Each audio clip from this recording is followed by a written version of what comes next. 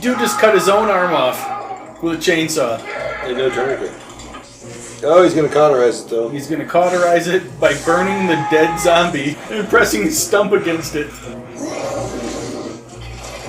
Oh! Bit the darts! Oh. Another zombie bit him in the dick.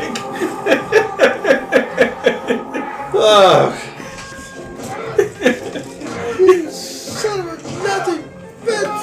If this guy chainsaws off his own dick. The Nazi bit it off.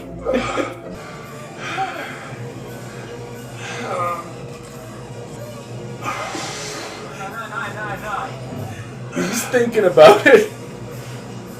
And Oberst Herzog is just looking at him.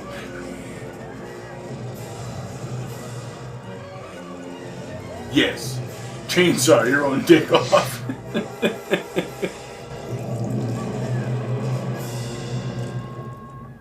Hello, everyone, and welcome to this week's edition of Booze, Bullshit, and B-Movies. We're happy to have you with us again as we dive to the depths of the streaming services to find entertainment in unlikely places. I'm Brandon. I'm here with my buddy Steve. Hello. And this week, we are kind of going to put Wrong Cops in our rearview mirror. Thank God. After a long week of thinking about that shitty movie. And get back to our normal with some zombies. Sweet.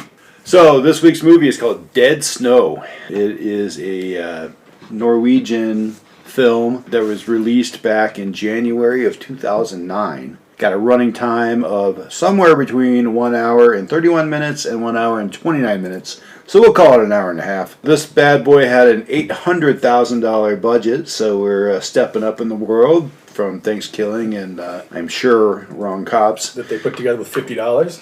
I had to chuckle when I read the box office information. It didn't have opening information for Norway, Sweden area, but it did have, the US-Canada release was June 21st of 2009. The weekend total was $5,363. Not a moneymaker. Not a huge moneymaker. Overall, in the US market was $41,700.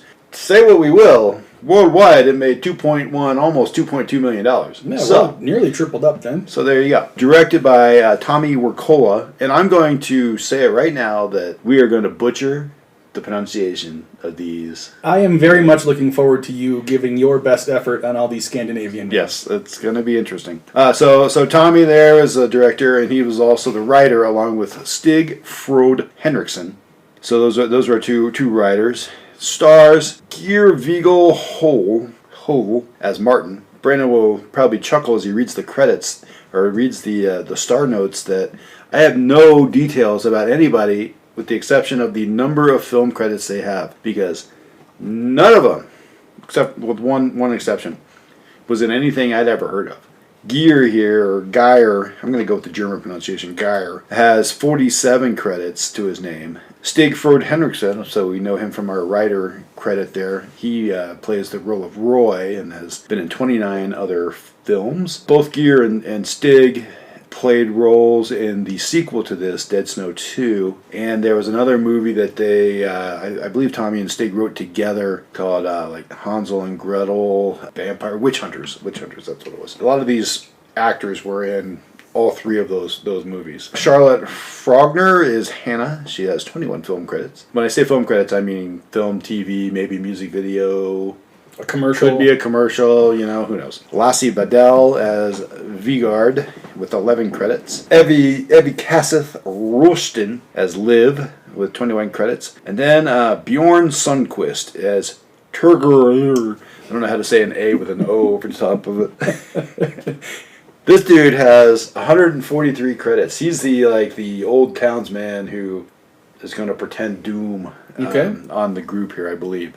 He was actually in some things that I've seen. He was in Lillehammer, which is... the Olympics? No, not the Olympics. The TV show that's on, I believe it's Prime, with that stars Stephen Van Zandt from The Sopranos and of... Oh, not the guy from Leonard Skinner? No, not Leonard Skinner. The other guy. Jesus Christ. Bruce Springsteen. So Stephen Van Zandt was in the E Street Band there. And he also had a role on one episode of Shameless. So he was out there. So here's the tagline for this movie. I loved it. Was called. The tagline is Ein, zwei, die. Very clever. So that was kind of fun. Then we got some kind of interesting tidbits about the movie. The Nazi zombies in this film are a combination of just your typical zombies from all the pop culture. I believe that the writers borrowed heavily, paid homage, stole from the various zombie tropes that are out there. And then they also mixed in some Norse mythical beings, Norse mythology, for a being called a draug. Draug.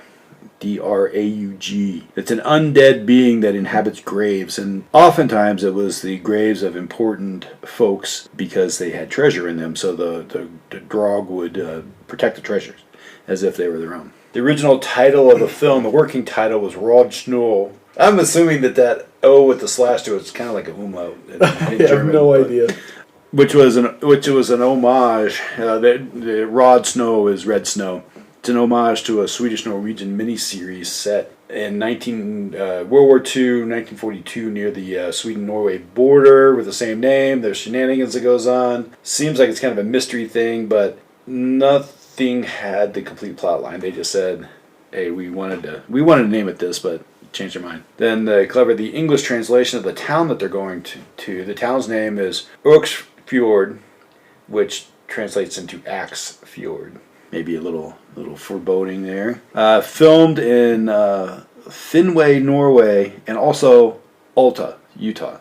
That seems a little strange. Unless there's an Alta in Norway that didn't come up. According to Tommy Virkula, when he was putting the idea of the movie together, he thought, what is more evil than a zombie? A Nazi zombie. That's true. So that is what he said in the... I saw an interview that he did where he said that the Nazi zombie would take your disdain for a zombie and pile your disdain for Nazis on top of that to just be the worst creature that ever lived. A big pile of disdain. Heaping. Steaming, maybe. Who knows? Maybe. Although they're dead, so... We'll find out. Not steaming.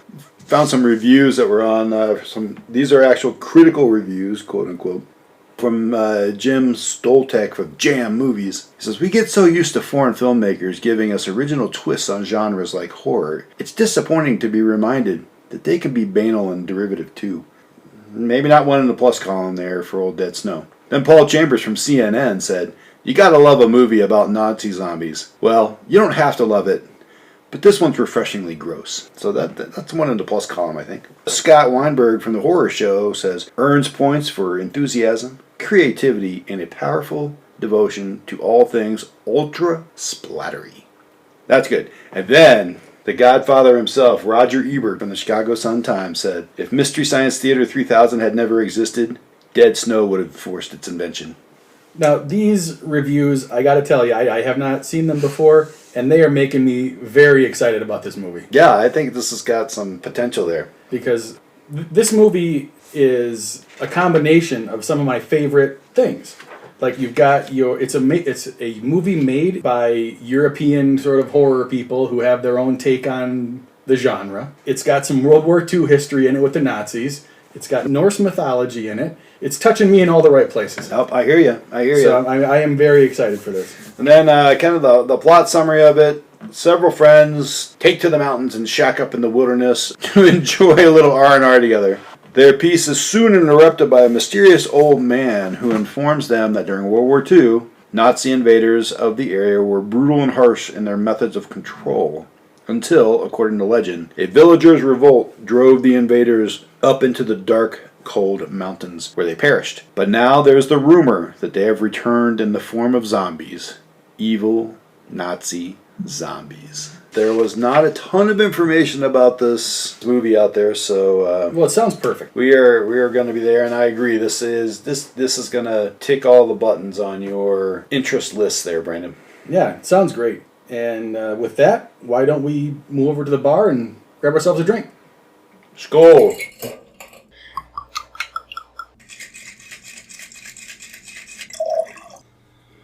So, Brandon, we're going to switch things up tonight. You are the bartender. What kind of cocktail do we have to go with the Dead Snow viewing? Well, Steve, to be honest with you, I kind of hesitate to call this a cocktail. It feels more like some kind of just like a rum punch to me. But before we get into that, I'm also kind of skeptical about this cocktail because of its ingredients. The main ingredient, or the spirit ingredient here, is Norwegian Aquavit. Have we drank this before? No, I've heard lots of stories because I used to work with a guy who was of Norwegian descent, and I've heard it's interesting. All right, so as a control for this drink, I've got us a couple shots of Aquavit here. Oh, you're such a gentleman. And so Aquavit is a distilled grain spirit, much like anything else, but sort of like how they take gin, they add juniper berries and botanicals to it. For Aquavit, they use caraway seeds and dill and a few other things. Fermented fish, perhaps? Maybe. But what you end up with is a drink that tastes sort of like you were able to juice a loaf of rye bread and drink it. Yum! You are quite the salesman.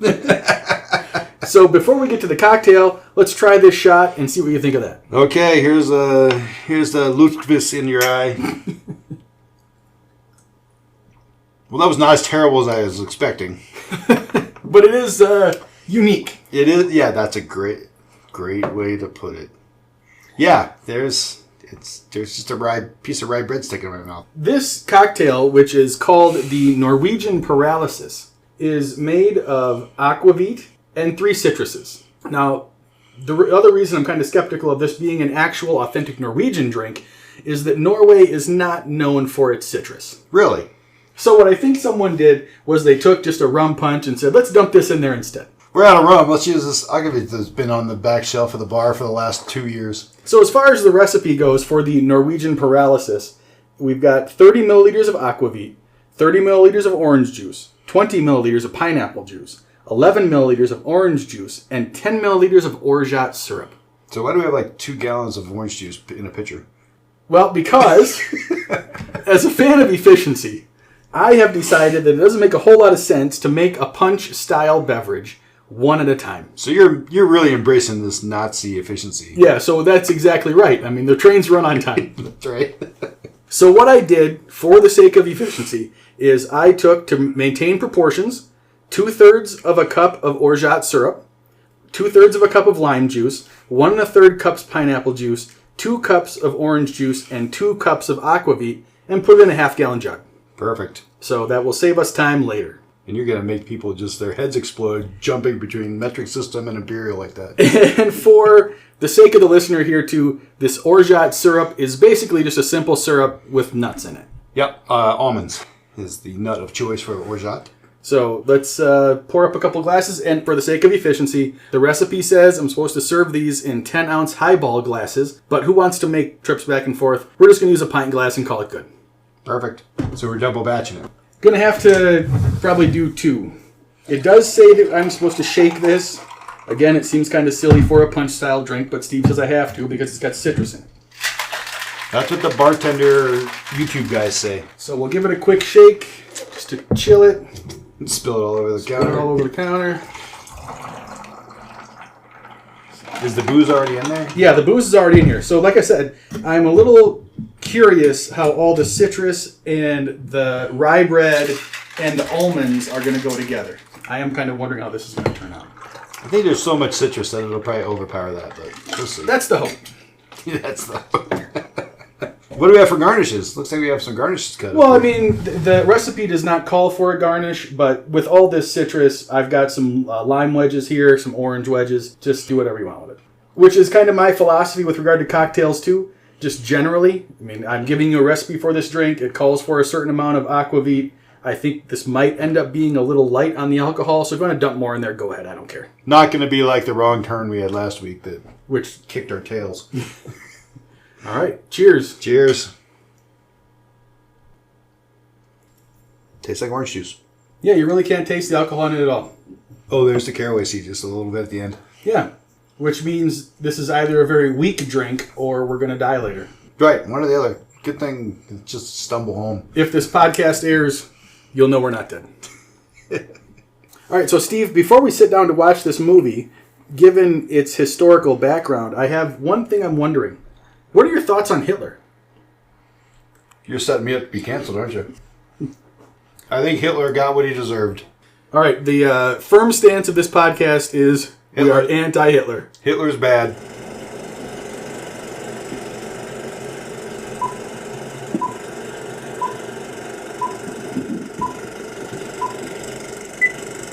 This This is the part where we watch the movie. Alright, well, we just finished watching Dead Snow. We did. Dead Snow. It was splattery as advertised by the critics. Yeah, it was. And we start off with these medical school students who are off for Easter vacation. That's true. They're in their respective vehicles, teamed off, boy and girl, in 2 different cars. Yeah.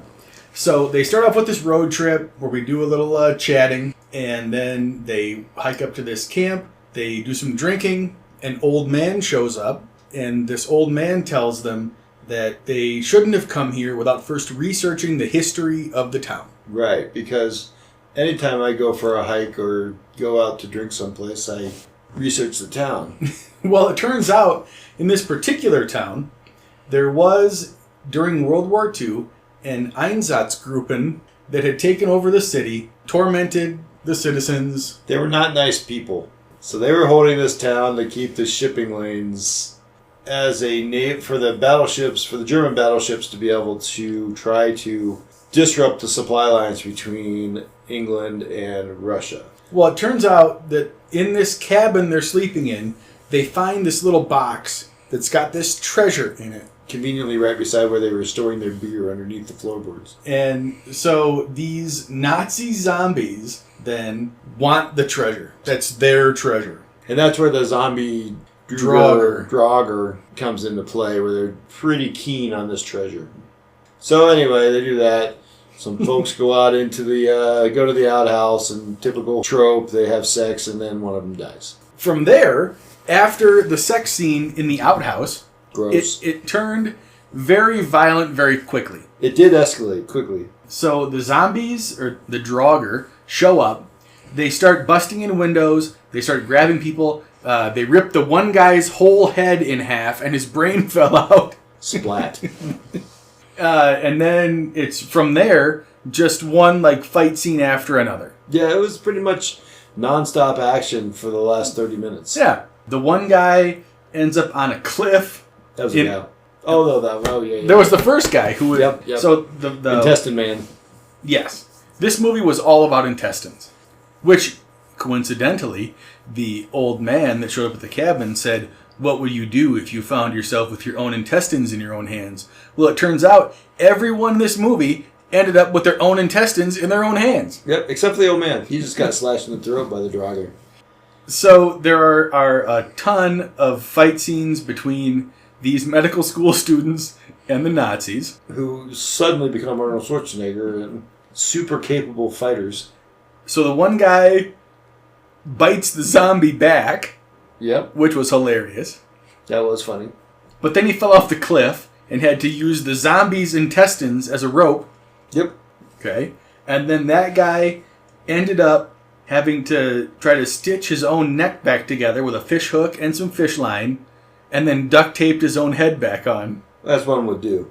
And then there were 2 guys left at the cabin with the two women. Yep. And they decided the 2 guys were going to go out and try to draw the attention of the Nazi zombies by banging metal spoons on metal pans, and then the women were going to run off. Because we all know in all horror movies, splitting up is the right thing to do. Weirdly, the 2 guys with the pans and the spoons didn't draw the attention of the zombies. That's true. They didn't care. Because the draugr only cared about the gold. Well, but that doesn't really hold up because everybody had gold on them. And they all died. Yeah, but they went after the girls first, so. That's true. So the women ended up... How'd the first one die? The first one climbed up the... No, that's Avalanche Gal. She was running.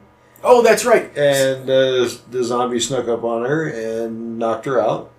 And then pulled out her intestines. That's right. So then she pulled the potato masher out of his belt and exploded them both. And then the other woman ran to the cliff edge. Realized she's standing on a cornice and starts jumping up and down. So she knocked herself off the cliff edge with the zombie and then found herself buried in the snow. Yep.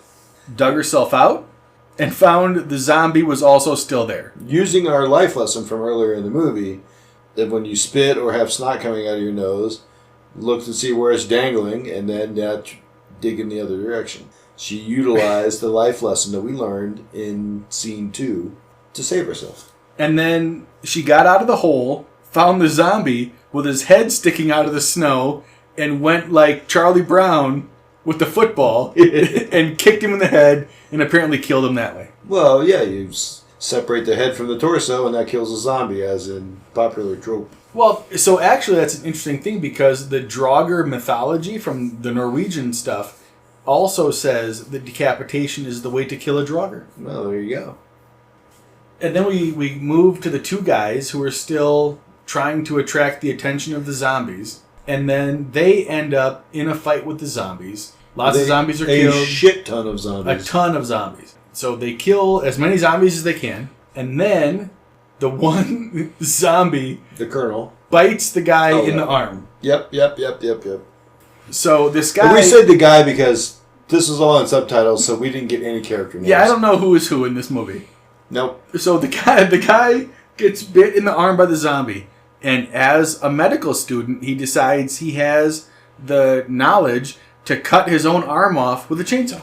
And he did. But unfortunately, as soon as he cut his arm off with the chainsaw... And cauterized the wound. He's all good to go. Everything is fine-ish. Another zombie pops up from the snow and lo and behold, bites him right in the dick. Dick, ball, groin area. Let's just say the groinal area. Lower abdominal region. So this guy's been bit in the lower abdominal region, and the other guy who's still alive looks at him and is like, well, what are you going to do now? Are you going to take that chainsaw and chop your own dick off? He does look at the chainsaw, though. Yeah, he thought about it. He did. He considered the possibility of chopping his own dick off with the chainsaw. Yep. But then opted not to. And then, so the two guys that are left ran off into the woods with the zombies chasing them. And the guy who has, to this point, not been injured at all... Zero injury. Just a lot of blood splatter. Gets knocked in the head with a sledgehammer. Yep, by the colonel. By Oberst Herzog. At the same time, he also somehow manages to catch his intestines... on a broken on a tree branch.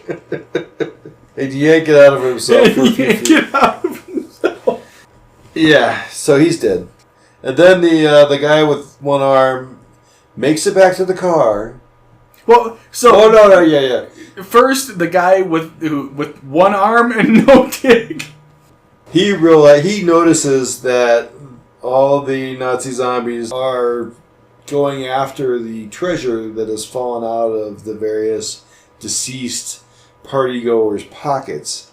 So he runs back to the burned down cabin because for some reason he decided to light it on fire. Finds the treasure box, hands it to the colonel, and they're all like, sweet, okay, it's all good. Thank you for giving us our treasure back. You can go about your business. So he runs down, he makes it to the car, has a hell of a time getting his seatbelt buckled with one arm. It was a 45-minute hike from the car to the cabin. How did he get back to the car so fast? He's motivated because there's fucking zombies chasing him. But it was dark by the time we got there, so we don't really... We don't know how long it took. So he's fumbling, takes him like 5 minutes to get the damn seatbelt gone. Finds his keys, fumbles, trying to get him into the ignition, and a gold coin drops out of his pocket that he had put in there from the treasure box. He looks to his left, and who's there? Oberst Herzog. And he busts the window of the car, screen goes to black. We don't know what happens, but there is a Dead Snow 2. So, unfortunately, though, Steve, this whole thing could have been avoided if the people in 1942 or whatever, when the Nazis died, were supposed to have either tied their toes together, okay, or stuck needles through their feet, so that they couldn't wake up and walk. That would do it. Well, that's what they always say, that undertakers should tie your shoes together when you're put in the coffin, just in case. Do they say that? Oh, yeah. Huh, I never heard that. Good idea, though. So, Steve, after our screening of Dead Snow, what do you think? What's your rating? Well, I would say, based on what we've watched so far in these podcast episodes, this is a upper medium shelf flick. I was entertained. I'm not going to give it a top shelf. It lacked in a few areas. I can't really pinpoint them now because that drink was stronger than we thought. But I wouldn't give it a top shelf. But it was good. It was entertaining. Laughed. Had a couple of jump scares in there that worked. Interesting concept. Cool tagline. Eins, zwei, drei. What's more evil than zombies? Nazi zombies, right? The special effects were pretty well done. The non-zombie characters were typical horror movie idiots that didn't really think straight. How many times did the one dude warn everybody, stay away from the windows? How many people got killed by standing by the goddamn windows? Like 3 of them at least, yeah. So, there was that. You don't listen to the guys that are having good ideas. But, yeah, I thought it was good. What do you think? For me, this is an easy top shelf. Okay. Like I said, going in, the World War II history, the Norse mythology, made in Europe, like, from the jump, it was going to be good for me. As far as, like, the story goes, it was good enough. Yeah. But, like, the effects were good, but they still had, like, the thing where... It was still ridiculous. It was still ridiculous, because in the beginning of the movie where the guy said, well, what would you do if your intestines were in your own hands? And then everyone's intestines ended up in their own hands. Everyone's, yeah. So yeah, it had the fun part. It had all this random history stuff that I'm into. It had the blood and guts. Easy top shelf. Had a decent cliffhanger at the end there. There is a sequel. Like I said, Dead Snow 2, Red vs. Dead. They lied to us on the IMDb that said the languages of this movie were Norwegian and English, but there were a few English words thrown in there, but I don't think I would call it an English language film, would you? No, but the nice thing about this movie is that we did learn how to say fuck in Norwegian. Faen, yeah, we did. This one is available on Tubi, on Plex, and on Amazon if you want to pay for it and not sit through the commercials. I think it would be worth the $3.99 on Amazon. Oh yeah, for sure. It's I wouldn't mind giving old Tommy there some more cash. This one was good. Yeah, I enjoyed this one. So with that, I think we're about done for this week. I think so. Oh, one thing I wanted to point out was I thought it was kind of clever that they were vacationing on the Easter holidays when you have these zombies rising. So that was kind of that's true. I didn't think of that. Interesting riff. Yeah. So, well, that's all I've got. I'm Steve. I'm Brandon. Thanks for joining us. Stay fresh, cheese balls. What's Norwegian for douchebag? I don't know. I have to look that up. The Norwegian word for douchebag is drittsekk. Drittsekk. That guy's a real drittsekk.